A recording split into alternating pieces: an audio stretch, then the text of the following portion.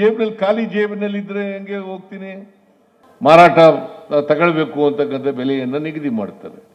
ಆದರೆ ಕೃಷಿ ಪದಾರ್ಥಗಳಿಗೆ, ಕೃಷಿ ಉತ್ಪನ್ನಗಳಿಗೆ ಬೆಲೆ ನಿಗದಿ ಮಾಡ್ತಕ್ಕಂಥ ಅಧಿಕಾರ ಇನ್ನೂ ಕೂಡ ನಮ್ಮ ರೈತರಿಗೆ ಸಿಕ್ಕಿಲ್ಲ ಅಂತಕ್ಕಂಥದ್ದನ್ನು ನಾವು ಈ ದೇಶದಲ್ಲಿ ನೋಡಲಿಕ್ಕೆ ಸಾಧ್ಯ. ಸೊ ಕೃಷಿ ಕೇಂದ್ರ ಮತ್ತು ರಾಜ್ಯ ಸರ್ಕಾರಗಳು ನಾವು ಒಕ್ಕೂಟದ ವ್ಯವಸ್ಥೆಯಲ್ಲಿ ಇರ್ತಕ್ಕಂಥವ್ರು, ಒಕ್ಕೂಟದ ವ್ಯವಸ್ಥೆಯಲ್ಲಿ ಇದ್ದೀವಿ. ಆ ಒಕ್ಕೂಟದ ವ್ಯವಸ್ಥೆ ಯಶಸ್ವಿ ಆಗಬೇಕಾದ್ರೆ ಇಡೀ ದೇಶದಲ್ಲಿ ಎಲ್ಲ ರಾಜ್ಯಗಳಲ್ಲಿ ಇರ್ತಕ್ಕಂಥ ಸುಮಾರು 140 ಕೋಟಿ, ನಮ್ಮ ದೇಶದಲ್ಲಿ 140 ಕೋಟಿ ಜನ ಇದ್ದಾರೆ. ಕರ್ನಾಟಕದಲ್ಲಿ 7 ಕೋಟಿ ಜನ ಇದ್ದೀವಿ. ಆ 140 ಕೋಟಿ ಜನರಿಗೆ ನಾವು ಎಲ್ಲ ರೀತಿಯ ಸಹಕಾರವನ್ನು, ಅವರು ಉತ್ಪಾದನೆ ಮಾಡಿದಂಥ ಪದಾರ್ಥಗಳಿಗೆ ಮಾರುಕಟ್ಟೆಯನ್ನು ತಯಾರು ಮಾಡ್ತಕ್ಕಂಥ ಕೆಲಸವನ್ನು ಮಾಡಬೇಕು. ಎಲ್ರಿಗೂ ಸಮಾನತೆ ಸಿಕ್ಕಬೇಕು, ಎಲ್ರಿಗೂ ಸಮಾನತೆ ಸಿಕ್ಕಬೇಕು, ಎಲ್ಲರೂ ಮುಖ್ಯವಾಹಿನಿಗೆ ಬರಬೇಕು. ಆಗ ಮಾತ್ರ ನಾವು ಸಮಾನತೆಯನ್ನು ಸಾಧನೆ ಮಾಡಲಿಕ್ಕೆ ಸಾಧ್ಯ ಆಗ್ತದೆ. ಇವತ್ತು ಅಸಮಾನತೆ ಇರ್ತಕ್ಕಂಥ ಸಮಾಜ ಇದೆ ನಮ್ಮ ದೇಶದಲ್ಲಿ, ಅಸಮಾನತೆ ಇರ್ತಕ್ಕಂಥ ಸಮಾಜ ಇದೆ. ಈ ಅಸಮಾನತೆ ಹೋಗ್ಬೇಕು. ಅದಕ್ಕೆ ಬಾಬಾ ಸಾಹೇಬ್ ಅಂಬೇಡ್ಕರ್ ಅವರು ಏನು ಹೇಳಿದ್ರು ಅಂತಂದ್ರೆ, ಈ ದೇಶಕ್ಕೆ ಸ್ವಾತಂತ್ರ್ಯ ಬಂದು ಅದು ಯಶಸ್ವಿ ಆಗಬೇಕಾದ್ರೆ ಪ್ರತಿಯೊಬ್ಬರಿಗೂ ಕೂಡ ಆರ್ಥಿಕ ಸ್ವಾತಂತ್ರ್ಯ, ಸಾಮಾಜಿಕ ಸ್ವಾತಂತ್ರ್ಯ ಸಿಕ್ಕಿದಾಗ ಮಾತ್ರ ರಾಜಕೀಯ ಸ್ವಾತಂತ್ರ್ಯ ಬಂದದಕ್ಕೆ ಸಾರ್ಥಕ ಆಗ್ತದೆ. ಇಲ್ಲೇ ಹೋದರೆ ಸಾರ್ಥಕ ಆಗಲ್ಲ.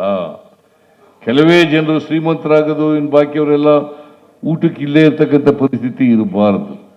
ಅದಕ್ಕೆ ರಾಜಣ್ಣ ಹೇಳಿದ್ರು, ನಾವು ಅನ್ನಭಾಗ್ಯ ಕಾರ್ಯಕ್ರಮ ಯಾಕೆ ಮಾಡೋದು ಅಂತಂದ್ರೆ, ಎಲ್ಲರೂ 2 ಹೊತ್ತು ಊಟ ಮಾಡಲೇಬೇಕು, ಯಾರು ಹಸಿದು ಮಲಗಬಾರದು,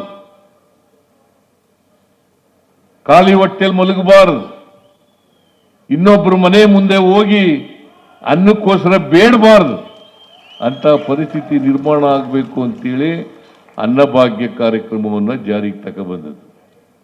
ಬಹಳ ಜನ ಹೇಳ್ತಾರೆ ಅನ್ನಭಾಗ್ಯ ಕಾರ್ಯಕ್ರಮ ಈಗ ಕಾರ್ಡ್ಗಳನ್ನು ಕಡಿಮೆ ಮಾಡಿಬಿಟ್ಟಿದ್ದಾರೆ ಅಂತೇಳಿ ಹೇಳ್ತಾ ಇದ್ದಾರೆ. ಕಾರ್ಡ್ಗಳನ್ನು ನಾವು ಕಡಿಮೆ ಮಾಡಕ್ಕೆ ಹೋಗಿಲ್ಲ, ಆದರೆ ಯಾರು ಅರ್ಹರಲ್ವೋ, ಇದು ಬಡವರಿಗೆ ಸಿಕ್ಕಬೇಕು.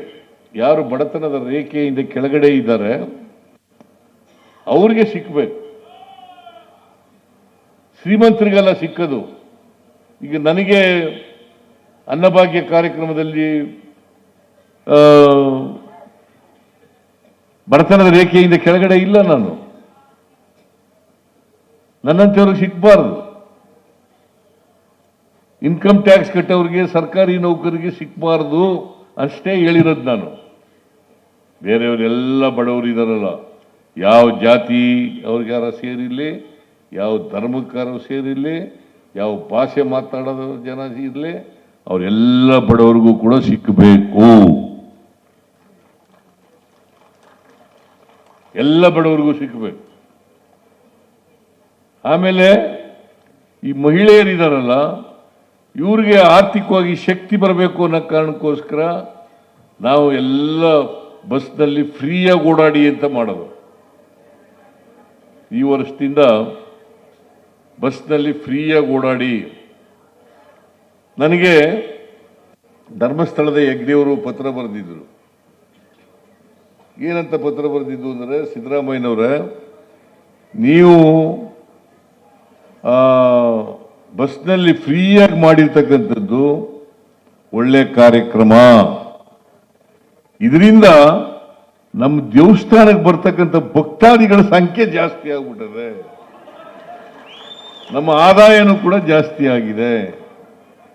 ಈ ಶಕ್ತಿ ಯೋಜನೆ ಕಾರ್ಯಕ್ರಮ ಜಾರಿ ಮಾಡಿದ ಮೇಲೆ ನನಗೆ ನಮ್ಮ ಸರ್ಕಾರಕ್ಕೆ ಶಭಾಷ್ಗಿರಿಯನ್ನು ಹೇಳಿ ಧನ್ಯವಾದಗಳನ್ನು ಹೇಳಿ ಧರ್ಮಸ್ಥಳದ ಹೆಗ್ಡೆಯವರು ಪತ್ರ ಬರೆದಿದ್ರು.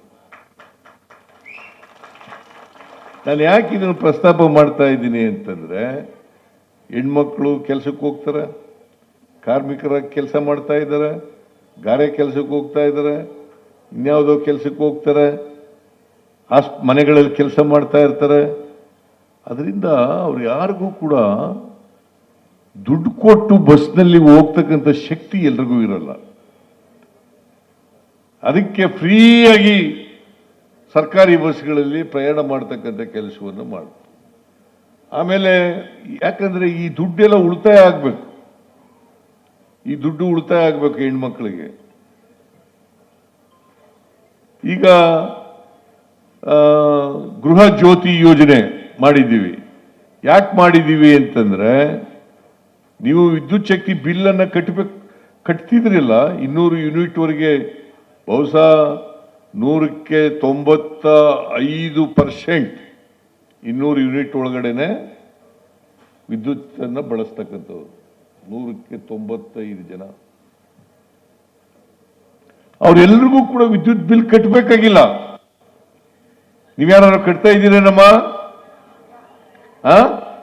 ಏನ್ ಮಾತಾಡದೆ ಕೂತ್ಕೊಂಡ್ರೆ ಹೆಂಗೆ? ಮತ್ತೆ ಯಾರು ಕಟ್ಟಾಗಿಲ್ಲ. ಯಾಕೆ ಮಾಡಿದ್ದೀವಿ ಅಂತಂದ್ರೆ, ಆ ದುಡ್ಡು ಉಳಿತಾಯ ಆಗಬೇಕು ಅವರಿಗೆ. ಅದನ್ನ ಬೇರೆ ಬಾಬುಗಳಿಗೆ ಖರ್ಚು ಮಾಡ್ತಕ್ಕಂಥ ಶಕ್ತಿ ಅವ್ರಿಗೆ ಬರಬೇಕು. ಈಗ ಅಕ್ಕಿ ಕೊಂಡ್ಕೊಂಡು ಊಟ ಮಾಡೋದು, ನಾವು 5 kg ಅಕ್ಕಿ ಮತ್ತೆ 5 kgಗೆ ಬೇಕಾದ ಎಷ್ಟು ಹಣ ಆಗ್ತದೆ ಅಷ್ಟು ಹಣ ಕೊಟ್ಬಿಡ್ತೀವಿ, 10 kg ಕೊಡ್ತೀವಿ. 200 ಯೂನಿಟ್ವರೆಗೆ ಫ್ರೀಯಾಗಿ ಕರೆಂಟ್ ಕೊಡ್ತೀವಿ. 2,000 ರೂಪಾಯಿ ಗೃಹಲಕ್ಷ್ಮಿ ಯೋಜನೆಯಲ್ಲಿ 1,22,00,000 ಕುಟುಂಬಗಳಿಗೆ, ಆ ಕುಟುಂಬದ ಯಜಮಾನಿಯರಿಗೆ ತಿಂಗಳಿಗೆ 2,000 ರೂಪಾಯಿ ಕೊಡ್ತಾ ಇದ್ದೀವಿ. ಕೊಡ್ತಾ ಇದ್ದೀವ ಇಲ್ಲ? ನಿಮ್ಗೆಲ್ಲ ಬರ್ತಾ ಇದೆಯಾ? ಕೈ ಎತ್ತಿ ನೋಡೋಣ, ಯಾರ್ಯಾರು ಬರ್ತದೆ? ಎಲ್ರಿಗೂ ಬರ್ತದೆ. ಅಂದ್ರೆ ಯುವ ನಿಧಿ ಕಾರ್ಯಕ್ರಮ ಜಾರಿಗೆ ತಗೊಂಡ್ಬಂದಿದ್ದೀವಿ. ಯಾರು ಅನ್ಎಂಪ್ಲಾಯ್ಡ್ ಯೂತ್ಸ್, ನಿರುದ್ಯೋಗಿ ಯುವಕರು, ಗ್ರಾಜ್ಯುಯೇಟ್ಗಳಾಗಿರೋರು, ಡಿಪ್ಲೊಮಾ ಹೋಲ್ಡರ್ಸ್ ಮಾಡಿರ್ತಕ್ಕಂಥವ್ರು, ಅವರು ಕೊಟ್ಟಿದ್ದೀವಿ. ಸುಮಾರು ಒಂದು ತಿಂಗಳಿಗೆ 40,000ರಿಂದ 50,000 ರೂಪಾಯಿಗಳನ್ನು ಒಂದು ಕುಟುಂಬಕ್ಕೆ ಕೊಡ್ತಾ ಇದ್ದೀವಿ. 40,000ರಿಂದ 50,000 ರೂಪಾಯಿಗಳನ್ನು ಕೊಡ್ತಾ ಇದ್ದೀವಿ. ವರ್ಷಕ್ಕೆ 50ರಿಂದ 60 ಕೋಟಿ ರೂಪಾಯಿಗಳನ್ನು ಕೊಡ್ತಾ ಇದ್ದೀವಿ. 50ರಿಂದ 60 ಕೋಟಿ ರೂಪಾಯಿಗಳನ್ನ ಯಾಕೆ ಮಾಡ್ತಾ ಇದ್ದೀವಿ ಅಂತಂದ್ರೆ, ಎಲ್ಲರಿಗೂ ಕೊಂಡ್ಕೊಳ್ತಕ್ಕಂಥ ಶಕ್ತಿ ಹೆಚ್ಚಾಗಬೇಕು. ದುಡ್ಡಿದ್ರೆ ತಾನೇ ಜೇಬ್ನಲ್ಲಿ ನಾನು ಅಂಗಡಿಗೆ ಹೋಗೋದು, ಹೋಟೆಲ್ಗೆ ಹೋಗೋದು, ಇನ್ನೇನೋ ಕೊಂಡ್ಕೊಳಕ್ ಹೋಗೋದು. ದುಡ್ಡೇ ಇಲ್ತಿ ಜೇಬ್ನಲ್ಲಿ, ಖಾಲಿ ಜೇಬಿನಲ್ಲಿ ಇದ್ರೆ ಹೆಂಗೆ ಹೋಗ್ತೀನಿ? ಅದಕ್ಕೆ ಕೊಂಡ್ಕೊಳ್ತಕ್ಕಂಥ ಶಕ್ತಿ ಜಾಸ್ತಿ ಆಗಬೇಕು.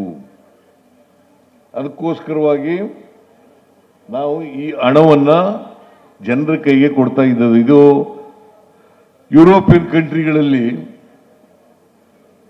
ಯೂನಿವರ್ಸಲ್ ಬೇಸಿಕ್ ಇನ್ಕಮ್ ಅಂತ ಕರೀತಾರೆ. ಗೊತ್ತಾಯಿತು ಗಂಗಾಧರ? ಯೂನಿವರ್ಸಲ್ ಬೇಸಿಕ್ ಇನ್ಕಮ್ ಅಂತ ಕರೀತಾರೆ. ಸೊ ಅದನ್ನ ನಮ್ಮ ರಾಜ್ಯದಲ್ಲೂ ಕೂಡ ಮಾಡ್ತಕ್ಕಂಥ ಕೆಲಸವನ್ನು ಮಾಡ್ತಾ ಇದ್ದೇವೆ. ಹಿಂದೆ ನಾನು ಮುಖ್ಯಮಂತ್ರಿ ಆಗಿದ್ನಲ್ಲ, 5 kg ಅಕ್ಕಿಯನ್ನು ಉಚಿತವಾಗಿ ಕೊಡಕ್ಕೆ ಶುರು ಮಾಡಿದೆ. ಆಮೇಲೆ 7 kg ಮಾಡಿದೆ. ಆಮೇಲೆ 7 kgಯಿಂದ 5 kg ಮಾಡಿಬಿಟ್ರು. 7 kgಯಿಂದ 5 kg ಮಾಡಿಬಿಟ್ರು. ಈಗ ಮತ್ತೆ ನಾನು 10 kg ಮಾಡಿದೆ. ಹಿಂದೆ ಯಾರು ಮಾಡಿರಲಿಲ್ಲ. ಯಾರು ಮಾಡಿರಲಿಲ್ವೋ ಅವರೇ ಟೀಕೆ ಮಾಡೋರು ನಮ್ಮ ಮೇಲೆ. ನೀವ್ಯಾರು ಟೀಕೆ ಮಾಡಲ್ಲ ಅಂತ ಅನ್ಕೊಂಡಿದ್ದೀನಿ ನಾನು. ನೀವ್ಯಾರು ಟೀಕೆ ಮಾಡಲ್ಲ ಅಂತ ಅನ್ಕೊಂಡಿದ್ದೀನಿ. ಸೊ ಅದರಿಂದ ಈ ಹೆಚ್ಚಿನ ವಿಡಿಯೋಗಳಿಗೆ ಪ್ರತಿಧ್ವನಿ ಯೂಟ್ಯೂಬ್ ಚಾನೆಲ್ ಸಬ್ಸ್ಕ್ರೈಬ್ ಮಾಡಿ, ಬೆಲ್ ಐಕಾನ್ ಕ್ಲಿಕ್ ಮಾಡಿ.